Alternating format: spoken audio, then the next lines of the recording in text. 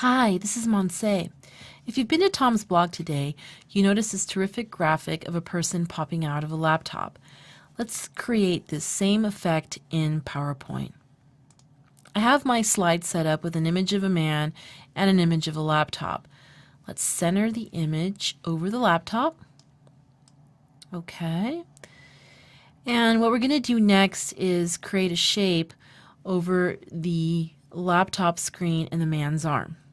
Let's do that by clicking Insert, Shapes, and grabbing the Freeform tool. I'm going to start with the left hand of the screen. Just click around it. Now I can't really see where my third point should go, but it doesn't really matter because I can modify that later. And I'm going to continue clicking around the screen and then start by making a selection around the man's arm.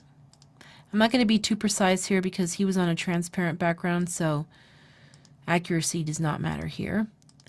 And I'm going to close off this shape where I started. Okay, very good.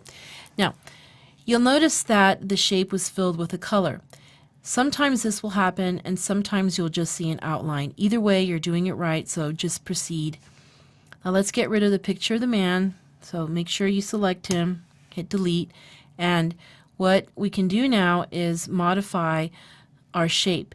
So select your shape, right click, and then click Edit Points. And what we're going to do is we're going to drag out this shape so that it better fills the screen. Okay, that looks good. Now we are going to fill the shape with the image of the man. So it's selected. Let's right click, choose Format Shape.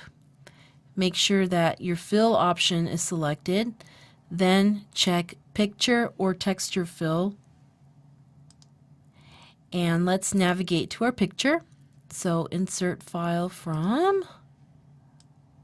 Okay, here it is. Click Insert. Very good.